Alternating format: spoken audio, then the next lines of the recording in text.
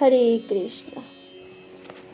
হিন্দু সনাতন ধর্মে অনেকেই দেবতা ও ভগবানকে এক করে ফেলে।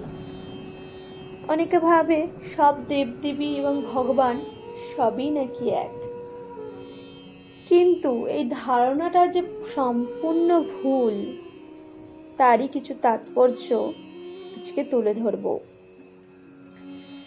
সাধারণত হিন্দু সমাজে কিছু মানুষ দেবতা ও ভগবানের পার্থক্য জানে না। ইন্দ্র, চন্দ্র, বরুণ, শিব, দুর্গা, কালী প্রভৃতি দেবতাদের সঙ্গে বিষ্ণু, নারায়ণ, রাম, নৃসিংহ, বামন প্রভৃতি ভগবানকে সমপর্যায় বলে মনে করে থাকেন। এটি আমাদের জানা উচিত যে ভগবান ও দেবতাদের মধ্যে বিরাট পার্থক্য আছে। যেমন দেবতারা হচ্ছেন ভগবানের দ্বারা নিযুক্ত এ জড়জগতের বিভিন্ন কার্য সম্পাদনের নিয়ন্ত্রণকর্তা। যেভাবে অগ্নি দেবতা অগ্নি নিয়ন্ত্রণ করেন, বরুণ দেব জলের নিয়ন্ত্রণ করেন, বায়ু দেবতা বায়ু নিয়ন্ত্রণ করেন ইত্যাদি। শাস্ত্র অনুসারে দেবতারা জীবতত্ত্ব। যে কোনো জীব ভগবান থেকে বিশেষ শক্তি প্রাপ্ত হয়ে দেবতার আসন গ্রহণ করতে পারেন, কিন্তু ভগবান জীবতত্ত্ব নন, তিনি হচ্ছেন বিষ্ণু তত্ত্ব। দেবতাদের আধিপত্য এই জড়জগতেই সীমাবদ্ধ, কিন্তু ভগবানের আধিপত্য বা ঐশ্বরত্বের প্রভাব জড়জগৎ ও চিন্ময় জগৎ সর্বব্যাপ্ত প্রাপ্ত। দেবতারা মানুষকে একমাত্র কিন্তু মুক্তি দিতে পারেন না। ভগবান জীবকে মুক্তি প্রদান করতে পারেন। দেবতারা মায়াধীন, কিন্তু ভগবান হচ্ছে মায়াধীশ। সৃষ্টি ও প্রলয়কালে দেবতাদেরও প্রভাবিত হতে হবে, কিন্তু ভগবান নিত্য বর্তমান এবং তার ধামও নিত্য বর্তমান। এইভাবে ইন্দ্রলোক, চন্দ্রলোক প্রলয়ের সময় সব ধ্বংসপ্রাপ্ত হবে। ভগবানের ধাম বৈকুণ্ঠ, অযোধ্যা, গোলক, বৃন্দাবন ইত্যাদি ধ্বংসপ্রাপ্ত হবে না। ইন্দ্র, চন্দ্র প্রভৃতি দেবতাগণ প্রকৃতির 3টি গুণ দ্বারা পরিচালিত, কিন্তু ভগবান শ্রীকৃষ্ণ, রাম, নারায়ণ প্রভৃতি গুণাতীত। তাদের কার্যকলাপ প্রকৃতির 3টি গুণ দ্বারা নিয়ন্ত্রিত হয় না। সাধারণ মানুষ এই সমস্ত পার্থক্য বুঝতে পারে না। দেবতা ও ভগবানকে এক বা সমপর্যায় ভুক্ত বলে মনে করে থাকে। এটি অবশ্যই জেনে রাখা উচিত যে আমাদের বৈদিক সাহিত্যে 33 কোটি দেবতাদের বর্ণনা করা হয়েছে।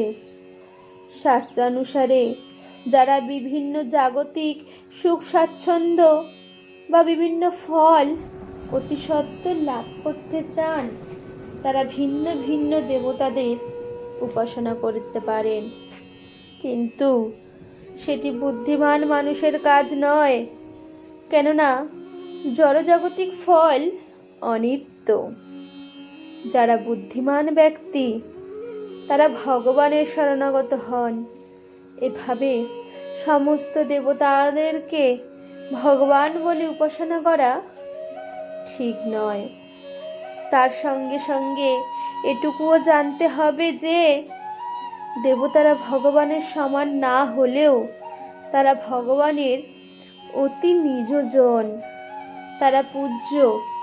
তাই দেবতাদের শ্রদ্ধা করা জীবের কর্তব্য। দেবতাদেরকে পূজা করাও যেতে পারে, শ্রদ্ধা করাও যেতে পারে, কিন্তু ভগবানকে ভক্তি করতে হয়। এভাবে মানুষের ভগবান ও দেবতাদের মধ্যে পার্থক্য জেনে শ্রদ্ধাযুক্ত হয়ে ভগবানের ভক্ত হওয়া কর্তব্য। তা না হলে দুর্লভ মনুষ্য জীবনের আসল লক্ষ্যে পৌঁছাতে পারবে না। ভগবদ্গীতায় বর্ণনা করা হচ্ছে, জানতি দেবব্রতা দেবানা পিতৃনা জানতি পিতৃব্রতা ভূতানি জানতি ভূতের্যা জানতি মদজাজি নহপি মামো। শ্রীমদ্ ভগবদ গীতার 9ম অধ্যায়ের 25তম শ্লোক। এতে বর্ণনা করা হয়েছে, দেবতাদের উপাসনা করলে দেবলোকে যাবে, পিতৃপুরুষ উপাসনা করলে পিতৃলোকে যাবে, ভূত প্রেত পূজা করলে ভূত লোকে যাবে, শ্রীকৃষ্ণের উপাসনা করলে শ্রীকৃষ্ণের ধামে যাবে। দেবতাদের পূজা করে দেবলোকে যাবে এবং শ্রীকৃষ্ণের পূজা করে কৃষ্ণলোক যাবে। এটার মধ্যে পার্থক্য হলো, দেবলোকে যাওয়ার পর পুণ্য শেষ বা ক্ষয় হলে আবার মর্ত্যলোকে ফিরে আসতে হবে। ভগবদ্গীতায় বলা হয়েছে, আব্রহ্ম ভুবনাল্লোকা পুনরাবর্তিনঃ অর্জুন। ভগবত ধামে গিয়ে ভগবানকে প্রাপ্ত হলে আর এ জড়জগতে ফিরে আসতে হবে না। মামুপেত্য তু কন্তেয় পুনর্জন্ম ন বিদ্যতে যদগত্যা ন নিবন্তন্তে তদ্ধাম পরমং মম। এভাবে দেখানো হয়েছে, জীবনের আবর্ত থেকে অর্থাৎ বন্ধন থেকে মুক্তি পেতে হলে জীবকে অবশ্যই ভগবান শ্রীকৃষ্ণের নিকট শরণাগত হওয়া একান্তই প্রয়োজন। রাধে রাধে।